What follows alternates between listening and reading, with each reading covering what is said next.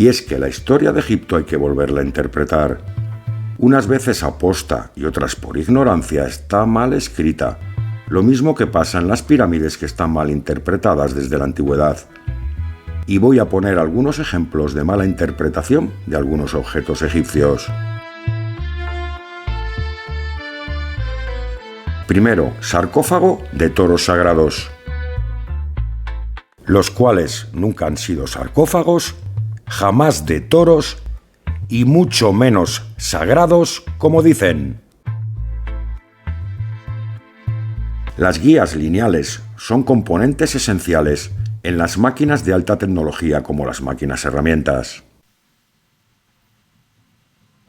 Todas estas máquinas que hacen trabajos de precisión necesitan correderas o guías para realizar sus traslaciones u operaciones. Por ejemplo, un torno, una fresadora, una limadora, una pulidora, una cortadora, una rectificadora, un centro de mecanizado y etc., etc., etc. Está claro que esto es una corredera o una guía. Es la pieza que necesitamos si ponemos un movimiento de ida y vuelta en un carrillo y le añadimos una herramienta, generando así una limadora, como estáis viendo.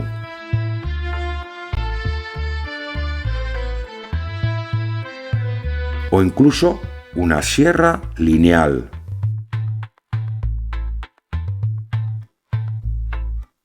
Y si le ponemos la herramienta y la dotamos de giro, sería una fresadora.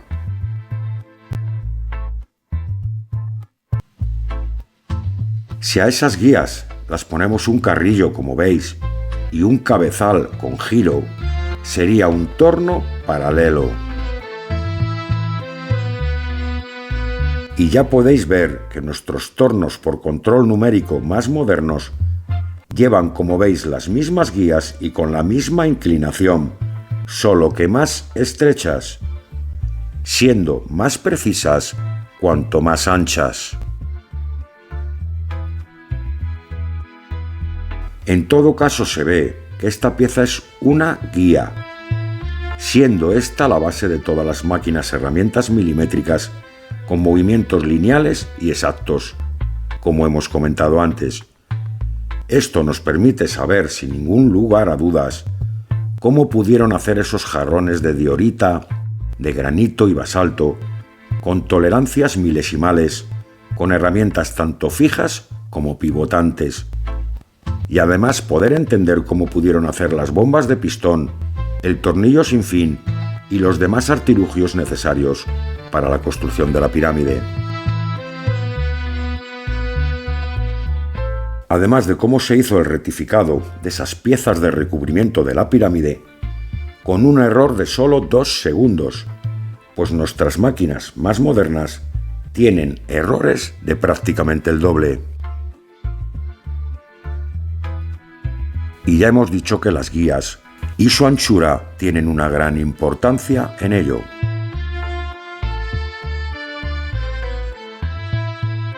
Y digo esto porque la verdadera dificultad de esos trabajos está en el mecanizado de la parte entre asas, pues la herramienta tiene que pivotar para hacerla, o sea, entrar y salir para no comerse las propias asas en el mecanizado de esa parte.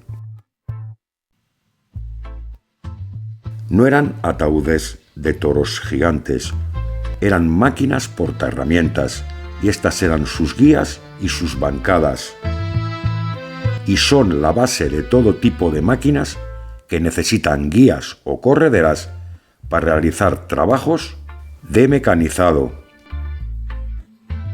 Claro, faltan sus motores, sus husillos y sus carrillos, y claro, también sus herramientas de diamante, las cuales luego veremos. Todas estas partes de las máquinas serían expoliadas y llevadas a Inglaterra, pues estas galerías las descubrió un inglés, Richard Pocoque, en 1730, llevándose todo lo que había allí, menos los ataúdes, pues eran demasiado pesados.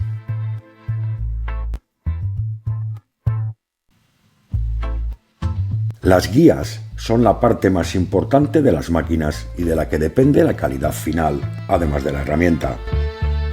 Y en una máquina con esas guías tan anchas, sí que se podría hacer esos trabajos de gran calidad. Esos jarrones de diorita, 20.000 como ese encontrados en la base de la pirámide acodada, hechos con una calidad que solo se pueden sacar con máquinas herramientas, exactamente contornos paralelos, y jamás a mano. Y las herramientas luego explicaremos por qué eran de diamante natural y jamás de cobre. Sería imposible hacer esos trabajos, ni con esa calidad ni con ninguna. Creerme, sé de lo que hablo. Tengo miles de horas de trabajo en los tornos y en las fresas. Pasé de la formación profesional a la universidad. Decir que mi intuición me dice, sin ningún tipo de prueba al respecto, nada más que la intuición, que esa tecnología la soterró un faraón, pues eran la autoridad absoluta y nadie osaba contrariarles, pues perdían la vida ellos y toda su familia. Algún faraón interpretó que esa tecnología no era buena para los intereses propios o los del pueblo, y como se ve la dejó allí clausurada, no enterrada, pero sí abandonada.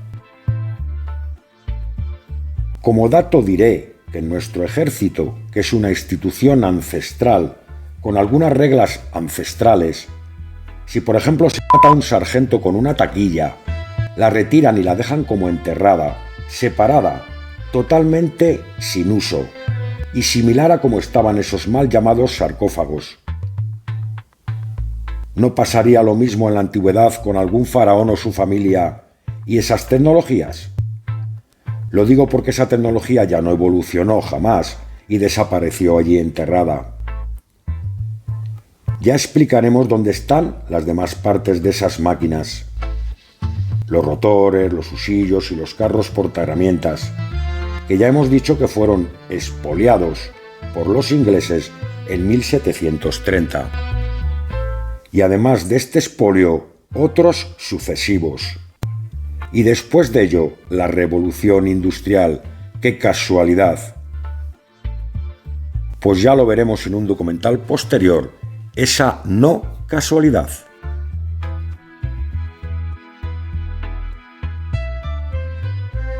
En segundo lugar está la lámpara de Dendera, pues es otro objeto mal interpretado. De Dendera, sí, de lámpara, nada de nada. Parece una bombilla moderna, ¿verdad? ¿Creéis que en la antigüedad las bombillas eran así? Más adelante vamos a verlo, pues las tenían con toda seguridad. Una lámpara jamás se la puede sujetar con las manos como a esa, pues su cristal está a más de 170 grados. Jamás se puede trabajar con una bombilla a la altura de los ojos, como se ve que están puestas esas lámparas, puesto que deslumbran al no tener catado dióptrico que incida la luz hacia la pared. Y además las lámparas se sujetan del techo de las paredes, coño, no así. Además, ni que decir tiene que la serpiente no significa luz. En todo caso, la serpiente puede ser interpretada como prohibición, vibración, deseo y veneno. Nunca un filamento de una bombilla. Está claro que esas cuatro interpretaciones, prohibición, vibración, deseo y veneno, en tal caso son las sensaciones, que es lo que representa la serpiente en este caso. ¿Qué puede vibrar, dar sensaciones y tener esa forma? Un vibrador. Y las pruebas concluyentes son las siguientes. La bombilla moderna contiene gas, por eso es de esa forma. Los egipcios no controlaban los gases, y al no tenerlos no tendrían que hacer nunca una bombilla con cobertura. Pero es que además tampoco tenían el cristal soplado, requisito este fundamental para hacer la cobertura de la bombilla. Pues aunque el vidrio lo trabajaban desde la antigüedad, solo lo hacían por modelaje, que consistía en hacer un molde de arcilla y cubrirle con una lámina de cristal fundido, y luego retirar la arcilla interior una vez que solidificaba. Habiéndose encontrado botellas pequeñitas de entre 50 y 100 centímetros cúbicos máximo y de 25 a 30, hablando en longitud y nunca más grandes de ese tamaño, y obtenidas a base del modelaje, con paredes de 5 a 8 milímetros. No tenían técnica para desarrollar el cristal que hay en la imagen. Ya vais viendo de 25 a 30 centímetros, qué interesante, pues esa era la medida de ese mecanismo, que además se ve que es de cristal, el cual no lo trabajaron a tamaño mayor del descrito aquí. Jamás se encontró ninguna botella de tamaño mayor de esa época, ni de esa talla de 25 a 30 centímetros. No me cabe duda que tenían la bombilla, pero ahora vamos a explicar cómo era su bombilla. Era un palo con un filamento al aire sin encapuchar, y la cambiarían varias veces al día o cada varios días, cuando se fundiera. Ese modelo de bombilla, exactamente ese, ya lo probó Thomas Alva Edison. Él, en su fruto de encontrar la bombilla perfecta, pasó por varios desarrollos o varias etapas. Primero encontró filamentos que permitían dar luz, pero que fundían rápidamente. Luego encontró otros modelos que daban luz y que tardaban más en fundir, pero que no eran estables, es decir, que unas aguantaban mucho y otras poco en fundir, similares a las egipcias. Y tuvo que recurrir a meterlas en un gas para poderlas estabilizar y así conseguir la bombilla moderna, puesto que para comercializarla, que era la base de Edison, las bombillas anteriores no valían. No se puede comercializar una bombilla que funde en 2 días o en 6. Pero esas bombillas sí valían para alumbrarse los egipcios, puesto que ellos no la comercializaban. Se alumbraban con ellas, y la demostración de ello está en que nunca se encontró ningún resto de hollín en ningún techo, de ninguna galería, de ningún sitio, de ninguna parte y en ningún momento. Mirar esta estatua. ¿Veis esa magnificación de la que hablo?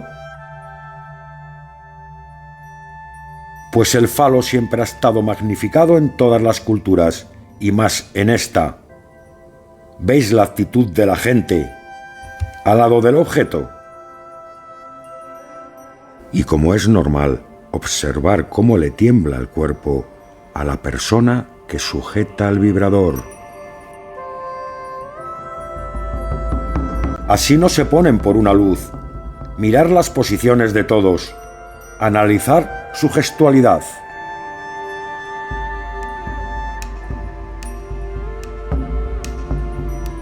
Los egipcios no necesitaban encontrar la bombilla perfecta, como sí que tuvo que hacer Edison.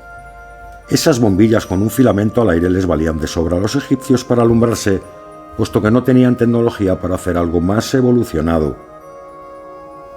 Entonces, si la bombilla egipcia era un palo con un filamento, como ya hemos visto, ¿qué otra cosa puede ser si no es una bombilla? Y la gente en posición de sumisión, rindiéndole culto y reverencia. Y abiertos de piernas, hablando en plata. Los egipcios nunca podrían haber sabido cómo iba a haber sido la bombilla más desarrollada creada por Edison. Jamás se hubiera representado una bombilla egipcia así, pues así no lo era. Además, está claro que este artilugio es de cristal, y si solo trabajaba en recipientes de cristal de 25 centímetros, máximo 30, blanco y en botella, el tamaño solamente se debe a que este instrumento está magnificado. Ya estáis viendo lo que era el pilar jet. Era un selector con multiplicadora. Era su propia tecnología, por eso lo adoraban y también lo rendían culto.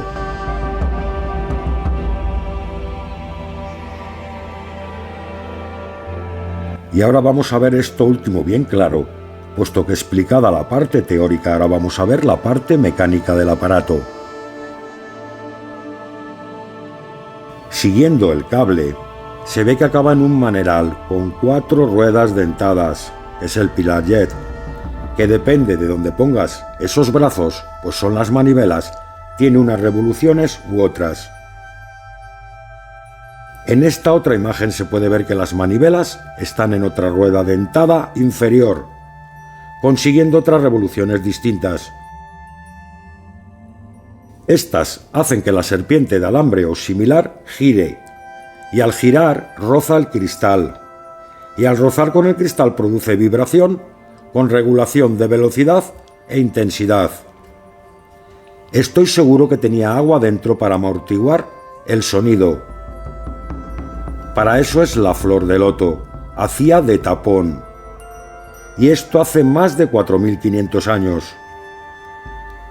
Como dato técnico también diré que estas manivelas giran al revés una de otra, o sea, no como en una bicicleta en la que giran en el mismo sentido, sino totalmente opuestas la una de la otra.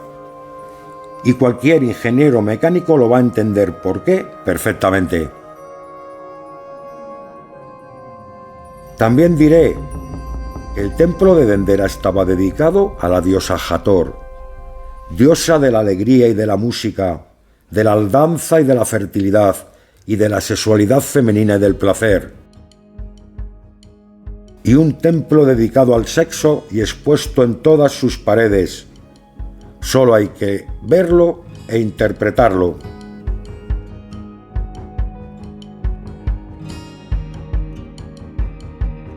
Ya habéis visto lo que era el pilar Jet. Era la punta de lanza de su tecnología, la cual simbolizaban con ese mecanismo.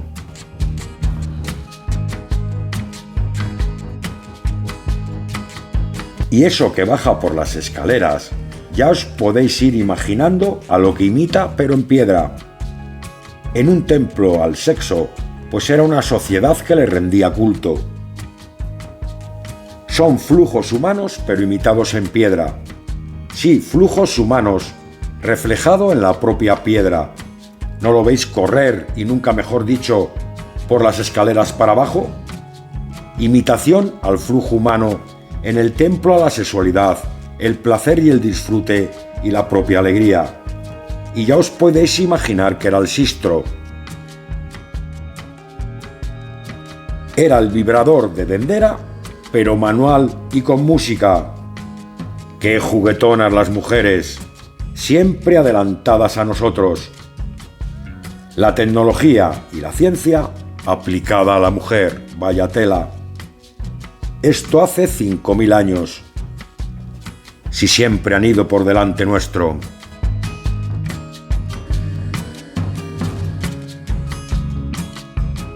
Ahora observar esto también.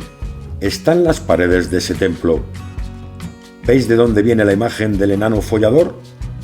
Y como veis, le han arrancado sus partes, el cual también está en nuestra cultura. Les hemos copiado todo, hasta eso.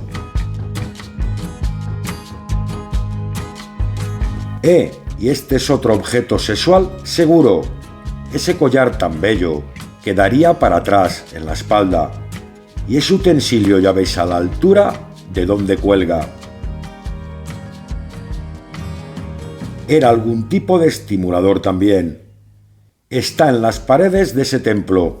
Un templo al sexo, al disfrute y al placer humano, como estáis viendo.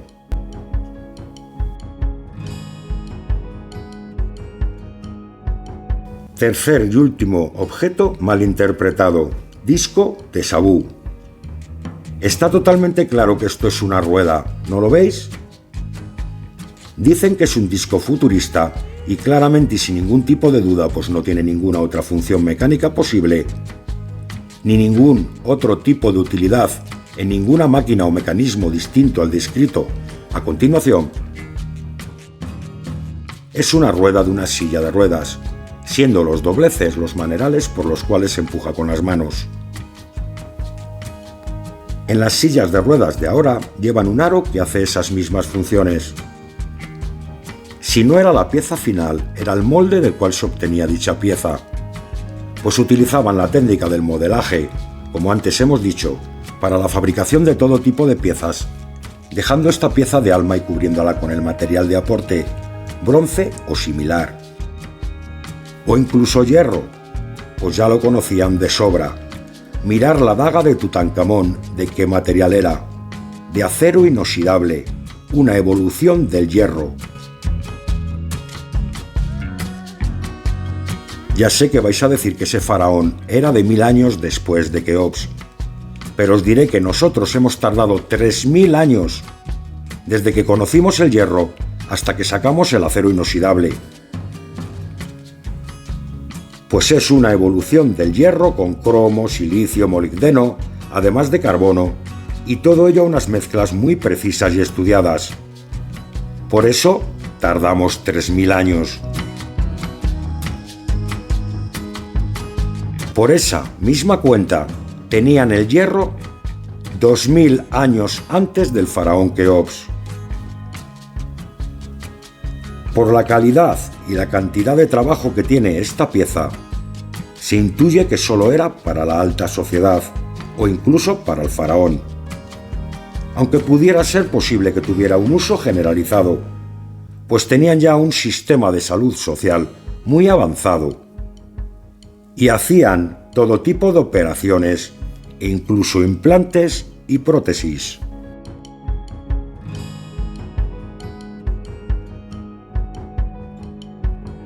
Vamos a hablar ahora del diamante natural. Estoy totalmente seguro que para hacer esos trabajos en granito, diorita o basalto, ambos con durezas extraordinarias, utilizaban herramientas de diamante natural. Y no de corindón, que aunque eran muy abundante en sus desiertos del sur, allí en Egipto, no posee dureza suficiente para hacer esos trabajos con esa calidad, pues el basalto es igual de duro que él. Y la primera regla para hacer esos trabajos dijimos que tenía que ser más dura siempre la herramienta que la pieza a trabajar. Si no, es imposible mecanizar nada de nada. Sí, si se quiere hacer una birria de trabajo. Y sin ningún tipo de calidad, totalmente al contrario de esos trabajos. El diamante natural es el único material que podría dejar esos acabados en esas piezas, y el cual es totalmente imposible que haya sido probado para hacer esos trabajos en el mundo moderno, pues solo se utiliza en joyería por su alto precio. Solo se usan diamantes naturales de bajísima calidad, como los de las minas de Brasil, para las puntas de las brocas. Y por el contrario sí que tenemos herramientas de diamante artificial, el cual es ampliamente utilizado en nuestros días, no dando el mismo resultado, pues es de muy inferior calidad. El diamante natural tiene algunas propiedades que no tiene el artificial, haciendo posible trabajos que con el artificial sería totalmente imposible.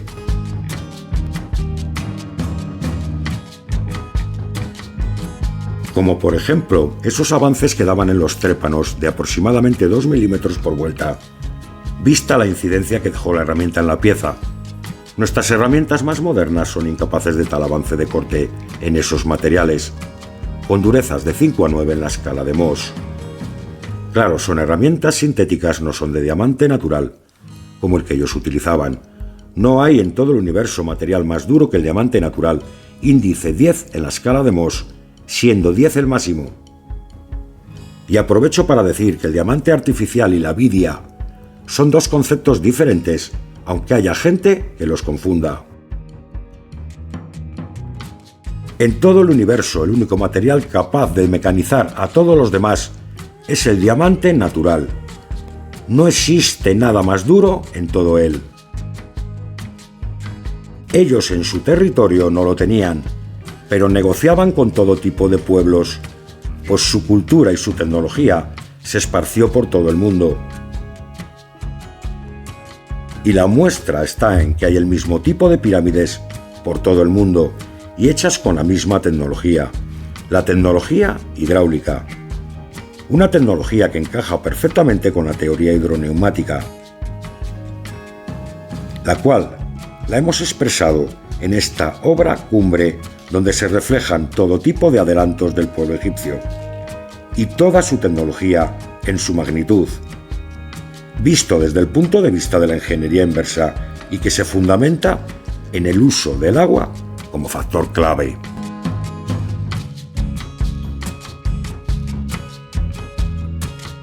Habéis visto cómo todo nos lo han contado siempre al revés.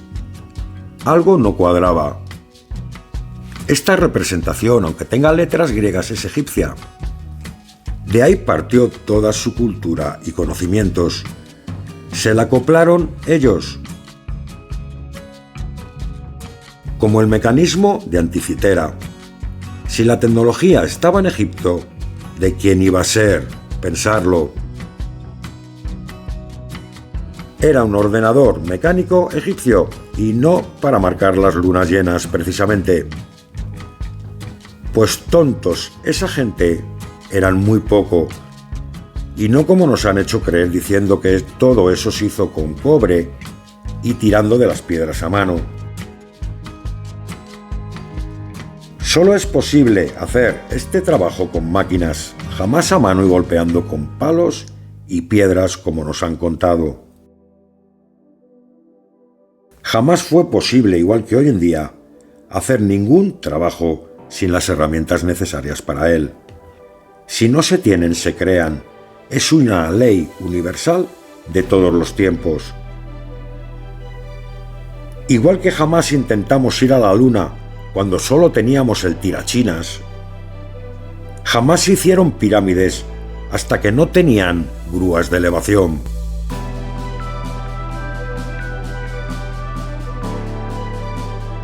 Y ya habéis visto cómo eran sus grúas, y en el próximo documental vamos a calcular su fuerza de elevación, pues si no son capaces de desarrollar suficiente fuerza para elevar un bloque por minuto, esta teoría fracasaría estrepitosamente, pues esa pirámide solo puede estar hecha a una media de una piedra por minuto. En unos días nos vemos con la solución. Crucemos los dedos, amigos, aunque yo creo que no nos va a hacer falta, estoy seguro. O quizás no. En 15 días nos vemos. Abrazos a todos.